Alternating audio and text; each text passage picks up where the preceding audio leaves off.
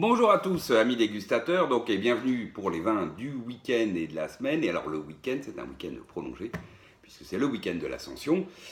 Et il a fait très beau sur la région parisienne, donc on a pu profiter pleinement du jardin, on a fait des barbecues, on a eu plein d'invités, et donc forcément on a pas mal ouvert de bouteilles, qu'on consomme toujours avec modération, ceci dit.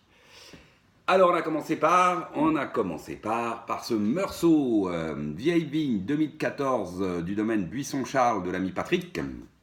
Alors, je vais vous dire, c'est pas compliqué. Super, voilà, moi c'est tout ce que j'aime, c'est tout ce que j'attends d'un morceau. Un nez de poire juteuse, de fruits blancs, de poire juteuse, avec un peu de fraîcheur. Ensuite des belles notes d'aubépine. Aubépine c'est un peu amande, d'ailleurs un côté amande. Un petit côté aussi chèvrefeuille, un petit côté tarte citron, là, très agréable. Une petite pointe de sésame, mais je me demande si c'est pas moi qui l'ai plus deviné qu'elle n'est vraiment présente, mais c'est parce que pour moi un vin de Patrick, il y a toujours un petit côté sésame grillé que j'aime beaucoup. Ensuite, belle bouche, d'ailleurs qui m'a confirmé que 2014 est bien un millésime de matière. Elle est dense, beau toucher rond, c'est pas gras, c'est pas le morceau gras du tout, non, c'est très pur, c'est très naturel justement, pas nature, hein. Attention, non, non, non, c'est très naturel, très pur, c'est droit, il y a de la matière, ça tient jusque dans la finale, c'est tonique, voilà, un vrai beau morceau, je dirais même ou plutôt comme dirait Olivier Pousset, grand sommelier s'il en est, l'essence d'un meursault. Voilà, c'est exactement ça. Pour les amateurs de genre de vin frais, franc, pur, et donc naturel et non pas nature. Voilà, très beau vin. Ensuite, qu'est-ce qu'on a bu? On a bu un grand classique de la maison, un Marsanais Clos du Roi du domaine Barthes en 2016. Alors, bon, le Pinot Bourguignon de la Côte de Nuit dans tout qu'il a d'excellence, hein, tout simplement. Très beau nez, framboise, groseille, belle note ensuite légèrement épicée, presque réglisse, et puis un petit fond là entre caroube et fumé mocha, mais très discret, très élégant. Alors la bouche elle est tonique, elle a une belle fraîcheur, hein, on est sur 2016, et puis alors des tanins. Les tanins, moi, voilà, tout le monde dit 2016, grand millésime, tout ça. Bon, pour moi, 2016 n'a jamais été un grand millésime. Et puis ça se confirme à nouveau avec cette bouteille, hein, qui est un beau cru. Hein, Clos du Roi, c'est un très joli cru de Marsanais. Parce que les tanins sont un peu, je dirais, anguleux. Voilà, ça manque un peu de rondeur. On a une belle acidité et qui n'est pas, je dirais, magnifiquement enrobée par les tanins. Et ça, pour moi, c'est assez typique de 2016. Pourquoi je trouve que c'est un bon millésime, mais c'est pas un grand millésime. Ensuite, belle finale, fraîche, tonique. Voilà, il y a de la matière. Hein, Clos du Roi, comme je disais, c'est un beau terroir. Donc, il y a de la matière, il y a de la densité. Les tanins sont donc un peu anguleux, mais de belle qualité. Ils sont mûrs, juste ce qu'il faut, quoi. Voilà, en tout cas, un joli vin. Moi, j'y ai pris du plaisir. Joli vin. Ensuite, qu'est-ce qu'on a bu? Ah, on a bu un cru que j'aime beaucoup, beaucoup, beaucoup.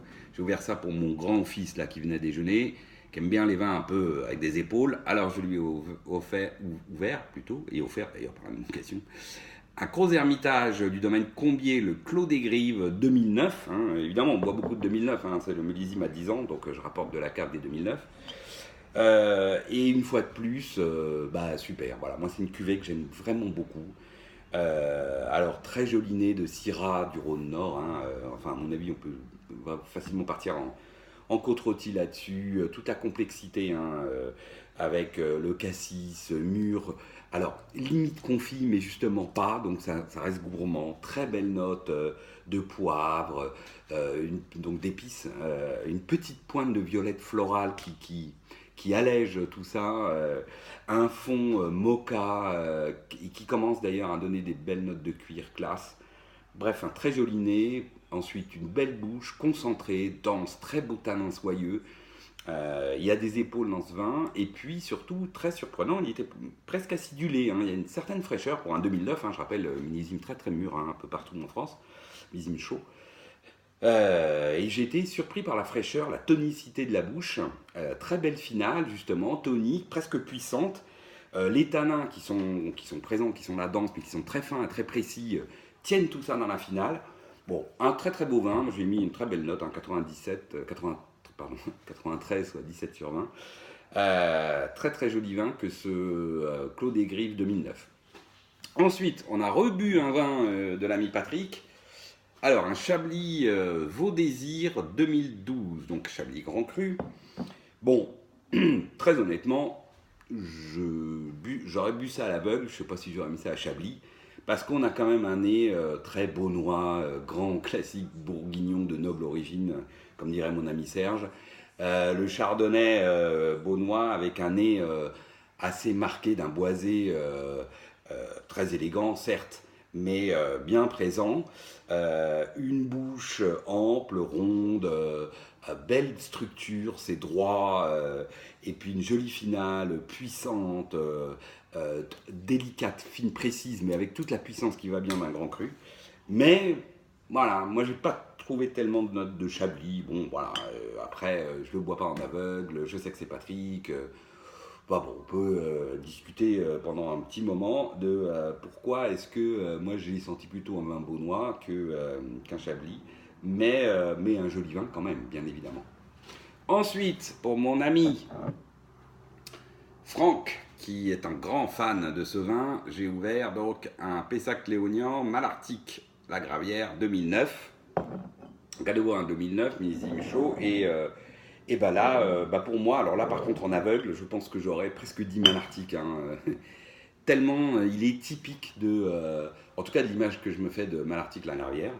Un nez de framboise, mais vraiment framboise, mûr, alors pas confit, mais un peu compoté, hein, un petit côté gourmand, mais pas du tout alcooleux. Des notes effectivement ensuite très fumées, ce qui est classique de Pessac. Belle bouche, jolie matière, de la densité, beau tanin soyeux.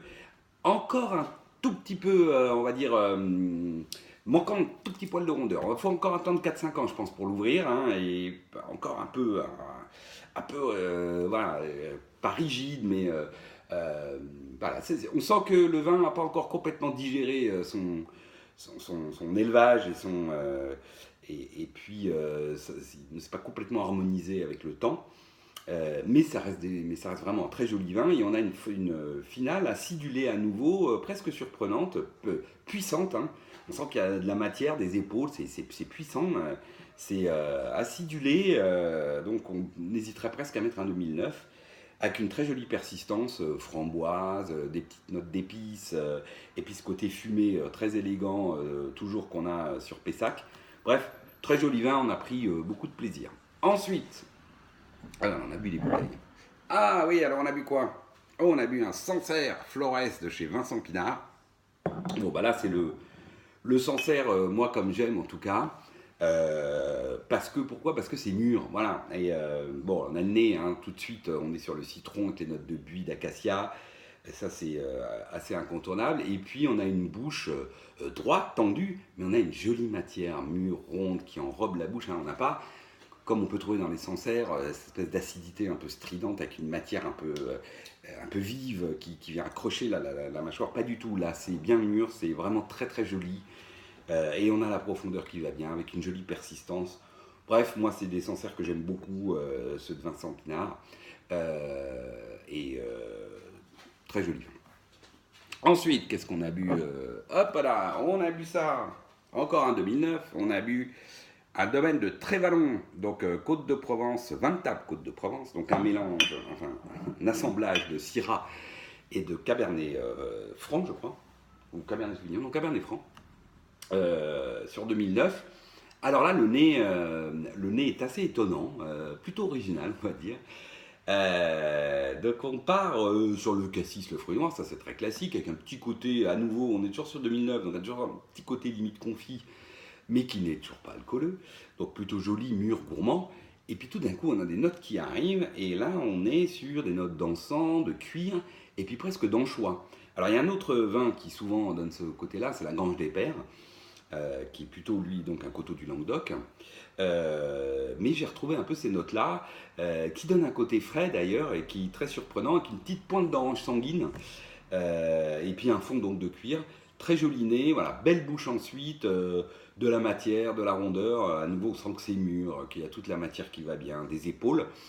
À nouveau, je conseillerais de l'attendre encore un tout petit peu, parce que la fin de bouche est un peu stricte, hein, comme on avait tout à l'heure sur le Malartic, hein, mais par contre c'est très joli, il y a de la puissance, et un petit côté à nouveau acidulé sur cette finale.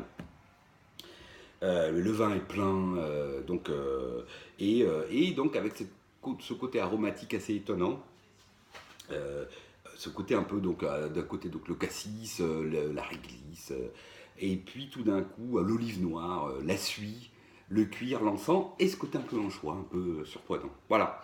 Et puis pour finir, dernier vin qu'on ait bu, hop. Alors, aussi un classique de la maison, une côte rôtie brune et blonde. Ah, ça, vous devez me croire sur parole, parce que vu l'état de l'étiquette.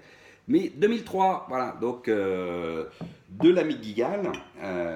Alors, que vous dire? J'avais bu, je l'avais toujours trouvé jolie cette bouteille, ça doit être la 6e bouteille que je bois. Sur cette bouteille-là, très honnêtement, elle est très jolie, mais on va dire qu'elle n'est pas extrêmement expressive. J'étais surpris, je m'attendais à un vin très expressif, presque baroque au nez. C'est pas le cas. Alors on est très classique, cuir, poivre, et puis cassis comme pour le fruit. Belle bouche, pas trop marqué de ce millésime caniculaire 2003. Les tanins un poil séchant quand même en fin de bouche. Jolie finale puissante. Mais tout ça n'est pas extrêmement expressif ou aromatique, voilà. Ça n'en reste pas moins un très joli vin. Je lui ai mis un 16 sur 20, 90, parce qu'on a tout ce qu'il faut de la côte rôtie, de ce qu'on attend, avec le côté cassis, les notes de cuir, de poivre, et puis le fond justement un peu fumé cassis, très, très agréable. Voilà. En tout cas, un très beau week-end où on a bien profité, bon, toujours avec modération, même si là, ça n'a pas l'air, mais on fait quand même attention à tout ça. Allez, sur ce, je vous souhaite un excellent week-end et je vous dis à la prochaine fois.